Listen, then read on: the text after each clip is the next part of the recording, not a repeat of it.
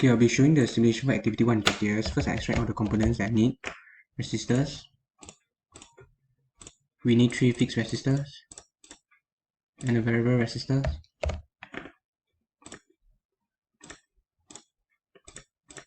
A battery source. Need a DC voltage source. And also NDC emitter. Okay, after extracting all the components, we arrange it properly. Okay, after arranging it properly, we connect the wire of the every component. Okay, after connecting all the wire, we enlarge it, you can see properly. Okay, and we have agreed for R1 and R2, we have agreed using 25 kilo ohm. Our group have agreed 25 kilo ohm. For the emitter, we change it to microamperes. And our Rx, we have agreed using our last 2 digits of my metric number, which is my metric number 63 kilo ohm. And our R3, we have agreed our maximum for R3 is 70 kilo ohm, 70k. Okay, let's arrange properly. Okay, after our battery source, we have agreed using 10 volt for our battery.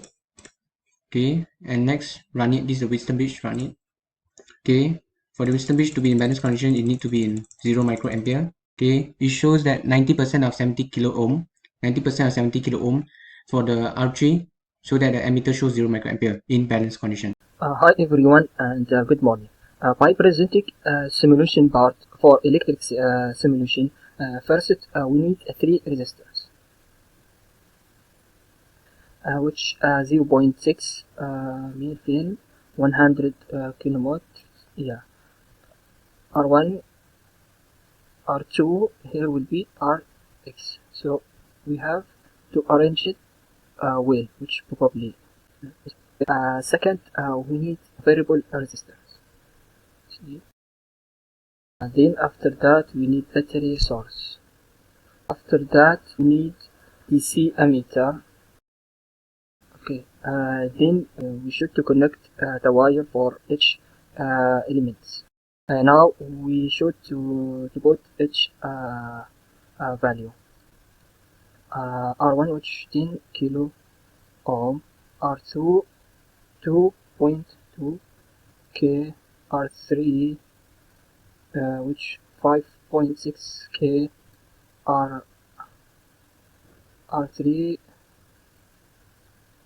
at 30 kilo ohm. Okay, here battery source, not different. 10 volt. Now we check probably everything. Now we have to change DC emitter to micro amperes. Yeah. Okay, now we have to run for circuit simulation to get nearly 0 microampere or exactly 0 ampere. Now we have to do just the variable resistance. Okay, now we finally get 0.41 for DC emitter micro ohm, and that's it all, and thank you. I'll be showing the simulation for activity 2 using the simulator designed by Virtual Lab. First, I set the voltage source to 12 volt and switch on the board and keep the switch as in short mode. Adjust the rheostat value to maintain the emitter reading set at 2 ampere. So 6 ohm rheostat value, maintain the emitter reading at 2 ampere. Next, set switch S to open mode and set the unknown resistance to 0.01 ohm. Then set switch S to bridge mode and set switch K to open mode. Set this 4 resistor value according to the table 5.4. So given is 1000 ohm for every resistor. And observe it shows that the millivoltmeter have 0 deflection. Now set switch K to closed mode and maintain these two resistor and vary these 2 resistor to adjust it to 0 deflection.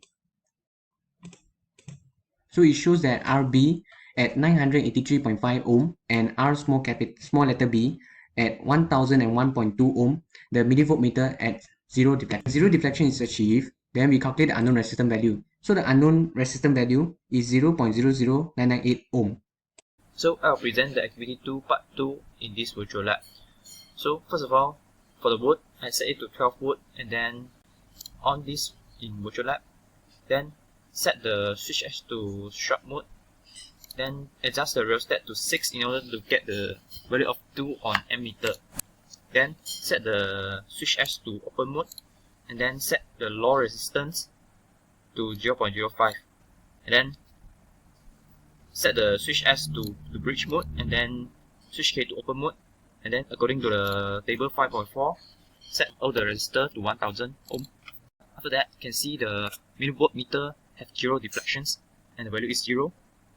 So we set the switch K to close mode, and then we try to vary the 2 resistor B to get the 0 deflections on millivolt meter. So after adjusting R capital letter B to 996.3 ohm, and then the R small letter b to 1004 and 3 ohm, we successfully get the 0 deflections on millivolt meter.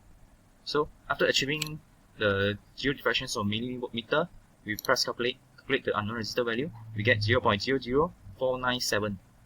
So that's all from me. Thank you.